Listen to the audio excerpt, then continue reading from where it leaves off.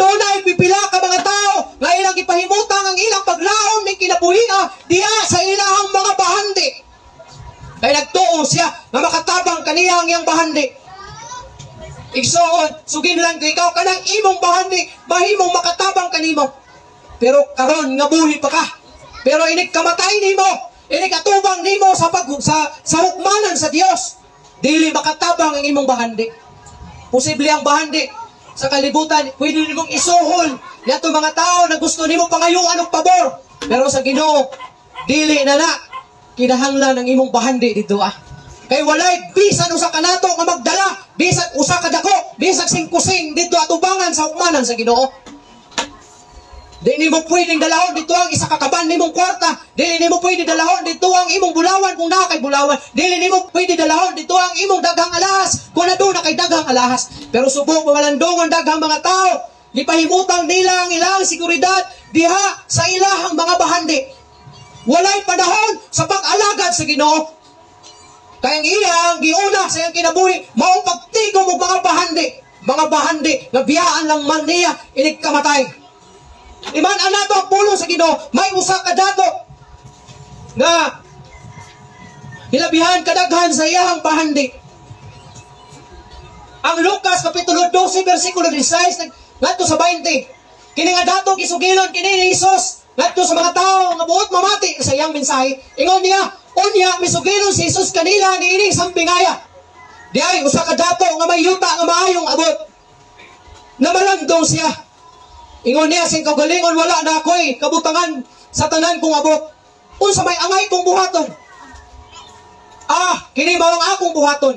Mingon siya sa iyang kaugalingon, bug-on ko ang akong kamalig ug magtukod ako mas dako din akong tigobon unya ang abot ug ang uban kong makaptangan.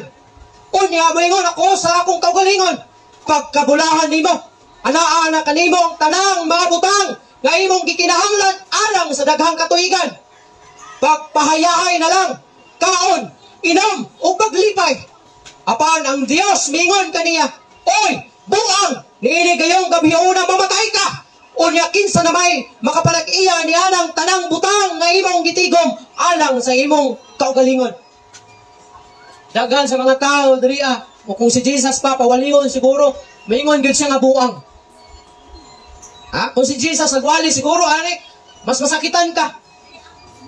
Kaya malingon yun si Jesus Christ nga daghan mga tao. Nagtigom og bahandi. Kasama ni ining dato. Nagiguba niya yung mga kamali kay naghimo sa dako. O niya mingon sa isang kaugalingon.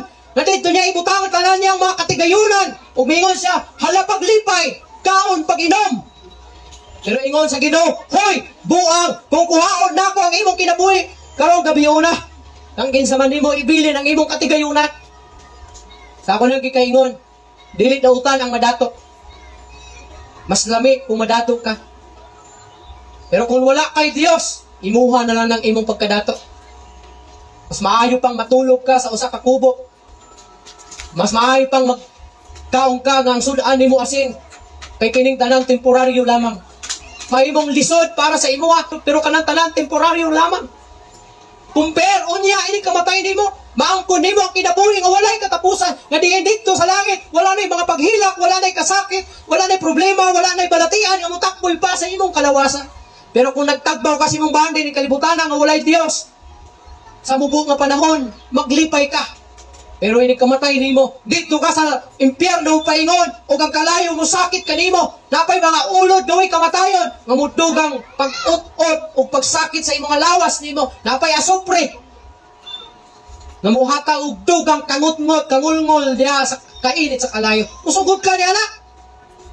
Unta dili ka masayop sa imong mga desisyon sa kinabuhi. Walay problema madato ka. Kanang tao sa kalibutan mangandoy madato.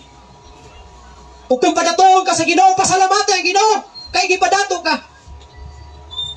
Pero kung gipadato ka o nadato ka nga wala kay Dios, hinuklugi igsuon. Kung asa ba ang labing importante ang magpadayon sa pagpadato o magtagbaw sa imong bahandi sulod sa mubo nga panahon.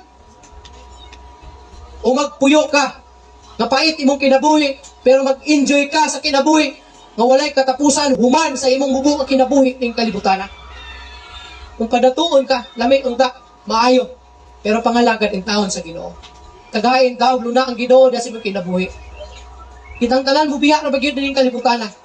Usa ka example ang ato isuon sa rinan. Nibiya gyud ning kalibutan. Ug daghan pa ng mga minahal naton sa kinabuhi ng mina na ning kalibutan. Usa ka ebidensya nga inana atong dangatan. Pag-abot unya sa panahon nga gitakda sa Ginoo alang kanimo.